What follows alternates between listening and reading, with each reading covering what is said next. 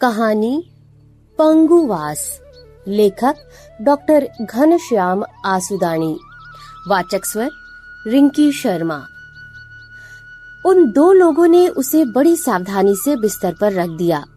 उसका सारा बदन पसीना पसीना हो रहा था। वो बुरी तरह हाफ रहा था। उसने हाथ जोड़कर उन दोनों का धन्यवाद किया। उन दोनों ने बड़े आदर भाव से उसके पैर छुए और अपनी अपनी चटाई पर जा बैठे।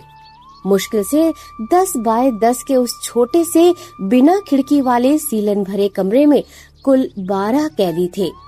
एक एक चटाई पर 2-2 कैदी। केवल प्रोफेसर सारस ही ऐसा कैदी था जिसे एक अलग चटाई दी गई थी। उसकी सुविधा का ध्यान रखते हुए उसकी चटाई शौचालय की कोठरी के दरवाजे से सटकर लगाई गई थी, किंतु इससे प्रोफेसर सारस को कोई खास सुविधा नहीं होती थी। उल्टे शेष सभी कैदी उसकी चटाई को और कई बार तो उसे भी रौंदते हुए शौचालय आते जाते रहते थे। दरवाजे के नाम पर उस कोठरी के मुहाने पर केवल एक फटा पुराना पर्दा टांग दिया गया था। इससे मच्छर और हवा स्वच्छंद रूप से कमरे और कोठरी में आना जाना करते रहते थे। इतना पास होने पर भी प्रोफेसर सारस स्वयं उठकर कोठरी में नहीं जा सकता था। 2 कैदी उसे उठाकर शौचालय की सीट पर बैठा देते थे और बाद में उसे उठाकर ही बिस्तर तक ले आते थे। जेल के उस सकरे शौचालय में यूरोपियन सीट का होना तो केवल असंभव ही था। पिछले 7 सालों से उसके चलने फिरने का आधार उससे बिछड़ गया था। जब इंसान के मन का आधार खो जाता है तो उसका शरीर भी अपने आप ही निराधार हो जाता है। प्रोफेसर सारस पल पल अपनी पाखी को याद कर उड़ता रहता था। पाखी, यही नाम था जिसने जाने कितने वर्षों से प्रोफेसर सारस को आधार दे रखा था। यही पाखी प्रोफेसर सारस का सर्वस्व थी। उसका सुख, चैन, प्यार, मनुहार और सशक्त आधार थी। पाखी के रहते उसे कभी पैरों की कमी नहीं खली। दिन के 24 घंटे पाखी उसके साथ रहती। पाखी के साथ वह स्वयं को संपूर्ण महसूस करता। बाल्यावस्था में जो कार्य उसके पिता ने किया था, युवावस्था में उसे पाखी ने आकर संभाला था। यूं पाखी तभी से उसके साथ थी जब बच्चे अपने पैरों पर खड़ा होना सीखते हैं। प्रोफेसर सारस जब पहली बार खड़ा हुआ तो वे उसके पैर नहीं, पाखी के पहिए थे। प्रोफेसर सारस का जन्म वसंत पंचमी के दिन हुआ था। जन्म से ही उसके दोनों पैर इतने कमजोर थे कि डॉक्टरों ने एक स्वर में घोषणा कर दी कि ये बच्चा अपने पैरों कभी नहीं चल पाएगा। किसी बीमारी को पहचानने और उसे ठीक करने में डॉक्टरों को जहां वर्षों लग जाते हैं, वहीं किसी बीमारी को लाइलाज घोषित करने में उन्हें एक क्षण का भी समय नहीं लगता। जीवन में जो कुछ नकारात्मक होता है वही अक्सर सिर चढ़कर बोलता रहता है। इतना शोर मचाता है कि जो कुछ सकारात्मक होता है उसकी महीन आवाज कहीं दबकर रह जाती है। जैसे ही सारस 1 वर्ष का हुआ, पिता ने उसके लिए एक छोटी सी पहियों वाली कुर्सी बनवा दी। उसी पर बैठकर सारस इधर उधर फुदकता रहता। पहले इस कुर्सी को पिताजी ठेलते थे, लेकिन धीरे धीरे सारस ने खुद उसे अपने हाथों से चलाना सीख लिया था। सारस की माँ ने ही उसकी इस कुर्सी को पाखी नाम दिया था। हम बचपन से जिन लोगों के साथ रहते हैं, जिन स्थितियों में पलते बड़े होते हैं तथा जिन चीजों से हमारा बचपन बनता है, वे सभी हमारे अस्तित्व का सहज और प्राकृतिक अंग बन जाते हैं।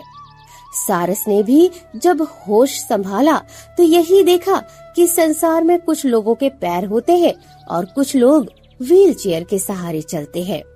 हर व्यक्ति को अपने पैर जितने प्रिय होते हैं, उतनी ही प्रोफेसर सारस को उसकी पाखी प्रिय थी। विकलांग, अपंग, पंगु ऐसे शब्द कभी उसने अपने परिवार में नहीं सुने थे। बहुत बाद में जैसे जैसे बाहर की हवाओं ने उसे छूना प्रारंभ किया, वैसे वैसे इधर उधर से यदा कदा उसका ऐसे शब्दों से परिचय हुआ। लेकिन तब तक उसके मन में ये बात पूरी तरह घर कर चुकी थी कि अपने पैरों और व्हीलचेयर में कोई अंतर नहीं होता। व्हीलचेयर को प्रोफेसर सारस ने जीवन की एक अभिन्न प्राकृतिक अवस्था के रूप में ग्रहण कर लिया था। शनै शनै उसकी ये पाखी उसकी चिरसखी बनती गई। इसी के पैरों से चलकर प्रोफेसर सारस कदम कदम बढ़ता चला गया। माता पिता ने संस्कारक्षम वर्षों में जो हिम्मत बंधाई थी, समानता की जो घुट्टी पिलाई थी और पाखी के रूप में जो अडिग आधार दिया था, उसने प्रोफेसर सारस को सबके बराबर ही नहीं बल्कि औरों से मीलों आगे ले जाकर खड़ा कर दिया। स्कूल से कॉलेज में और फिर कॉलेज में ही छात्र से शिक्षक बनते बनते उसके मन की संवेदना का विस्तार होता चला गया। जीवन में दुख ऐसी वस्तु है जो व्यक्तिगत स्तर पर तो शायद आपको दर्द ही देता है, लेकिन वृहद स्तर पर आपकी संवेदना को इतना विस्तृत बना देता है कि संपूर्ण ब्रह्मांड ही उसमें समा जाए। अतः प्रोफेसर सारस की संवेदना भी परिवार, घर, मोहल्ले, समाज, देश आदि की सीमाएं लांघती चली गई।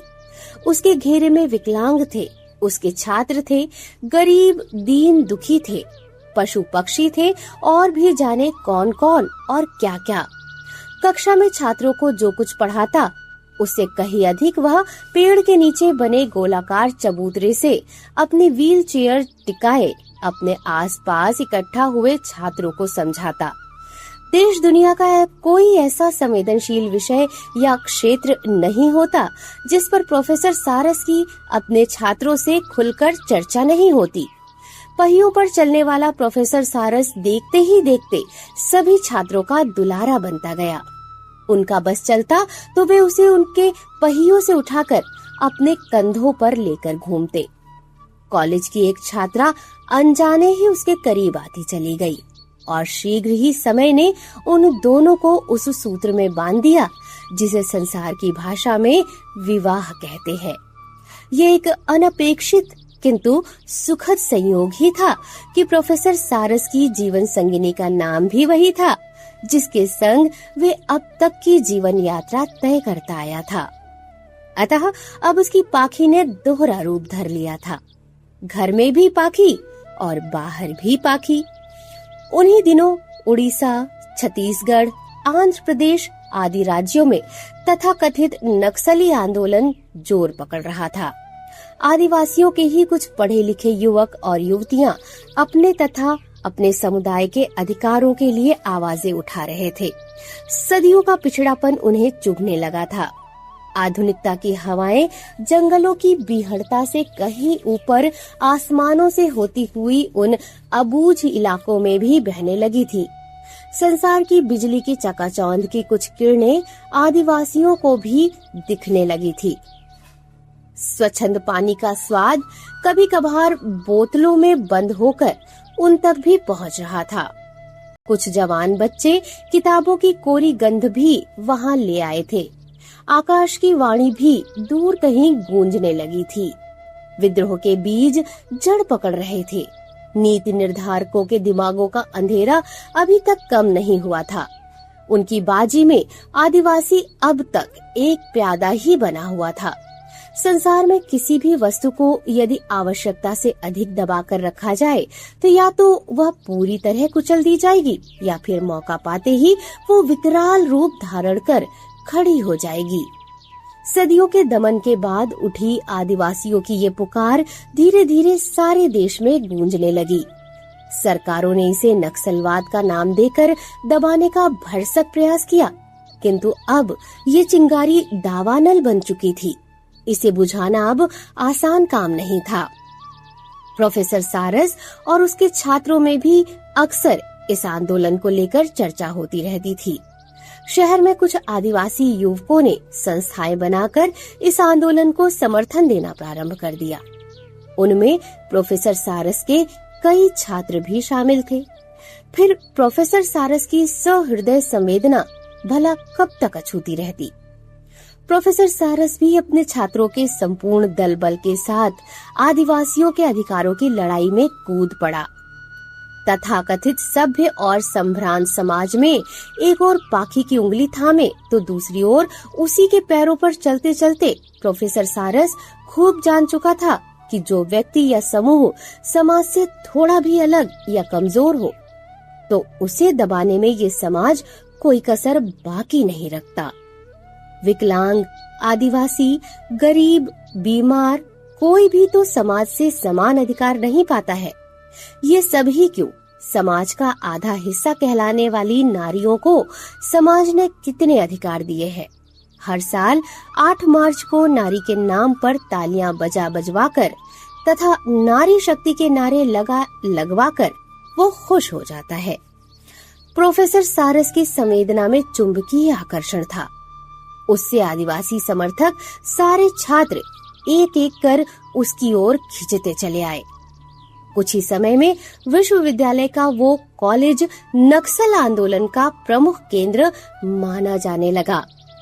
जल्द ही सरकारी महलों में हलचल शुरू हो गई और स्वर्गलोक में इंद्र का सिंहासन हिलने लगा। परिणाम स्वरूप एक दिन ब्रह्म मुहूर्त में बिना कोई कारण बताए प्रोफेसर सारस को पुलिस की गाड़ी में बिठाकर उसके घर नगर से मीलों दूर जेल में ठूस दिया गया।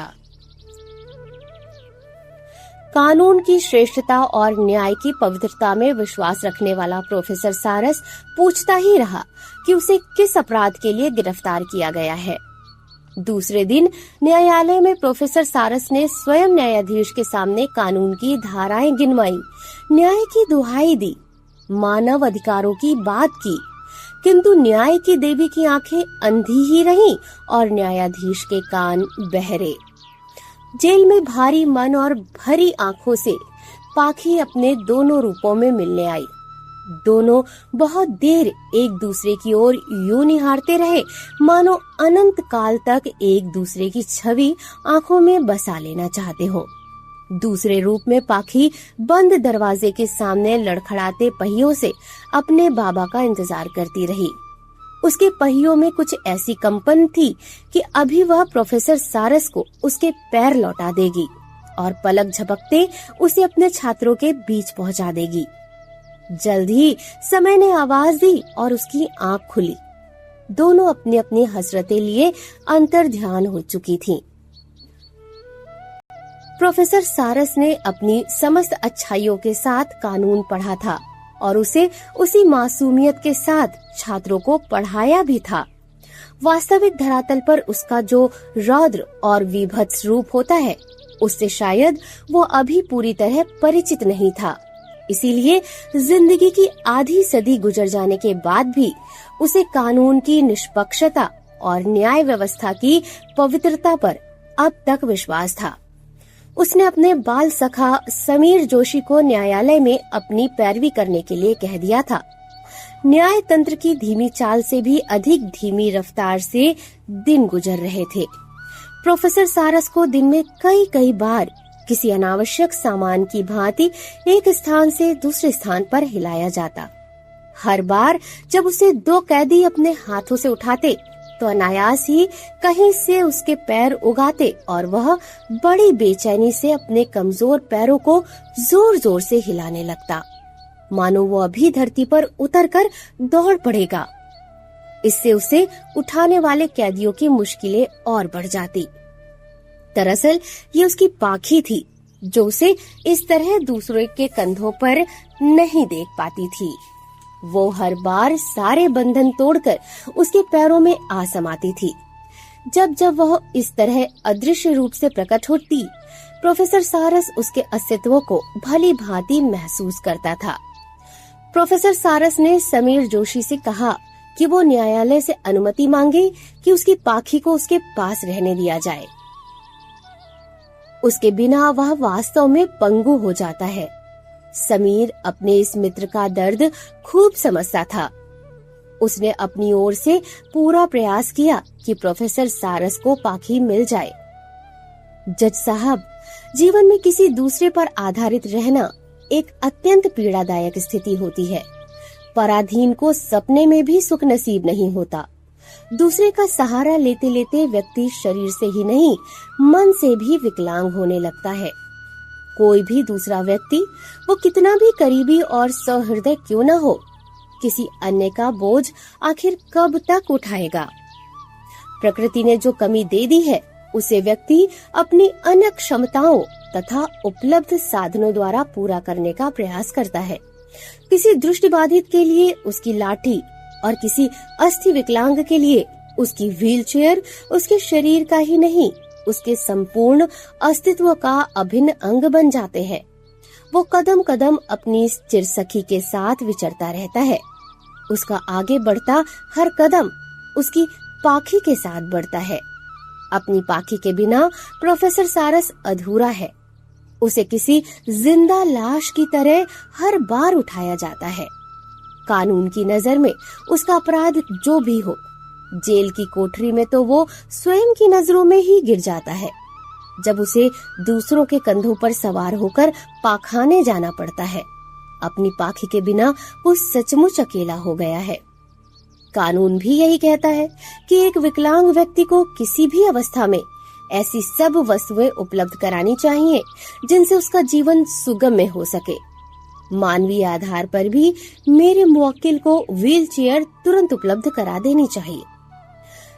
मिस्टर जोशी, अदालत आपके मुवक्किल की तकलीफों और आपकी भावनाओं को समझ सकती है। अदालत को कानून के प्रावधानों की भी पूरी जानकारी है, लेकिन कानून में ये भी स्पष्ट रूप से लिखा है कि उस समय के वास्तविक परिस्थितियों तथा उपलब्ध संसाधनों के अधीन रहकर ही कोई भी सुविधा प्रदान की जा सकती है। जेल में उपलब्ध स्थान एक व्हील चेयर के रखने तथा उसके भ्रमण हेतु पर्याप्त नहीं है। फिर इससे अन्य कैदियों को बहुत असुविधा का सामना करना पड़ सकता है।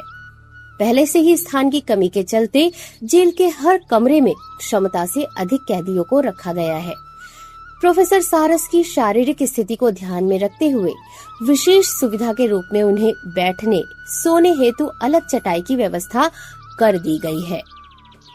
जेल में आने से पहले शायद ही कोई दिन गुजरा हो जब प्रोफेसर सारस की लेखनी ना चली हो। जब उसकी लेखनी चलती थी तो लगता था उसके सारे मन का मस्तिष्क और शरीर की शक्ति सिमट कर उसकी लेखनी में आ गई हो। उसका अक्षर अक्षर आग उगलता था। कागज पर अकिंचनों के अधिकारों की आंधी आ जाती थी।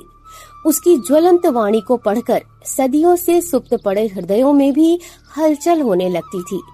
लेकिन यहाँ आकर प्रोफेसर सारस के पैर ही नहीं, हाथ भी कमजोर हो गए थे। वो लेखनी उठाता जरूर था, पर जल्दी ही उसके हाथ थर थर कांपने लग जाते थे। ये उलझन उसके दिमाग में नहीं बल्कि दिल में थी। दिल बार बार पाखी को याद करने लगता। उसे लगता अब तक उसका सारा बल पैरों से होकर आता था। पैरों को बल पाखी के पहियों से मिलता था। वही बल दिल से होता हुआ जब दिमाग तक पहुंचता तो वो प्रोफेसर सारस बनकर लिखता भी और बोलता भी। अब हर दिन सुबह से शाम तक प्रोफेसर सारस उसी बल की बाट जोहता रहता।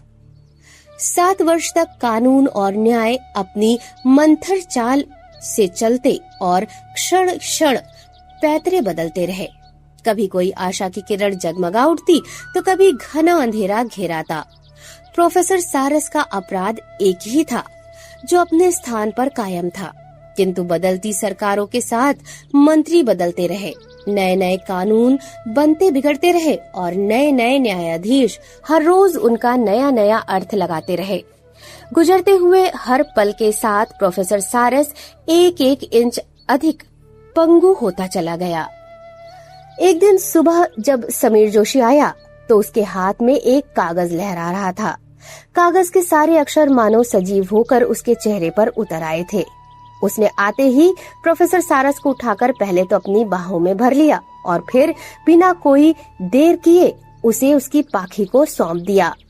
इतने वर्षों से जो हाथ व्हील चेयर का हैंडल टटोल रहे थे, उन्हें आज तपस्या का फल मिल गया था।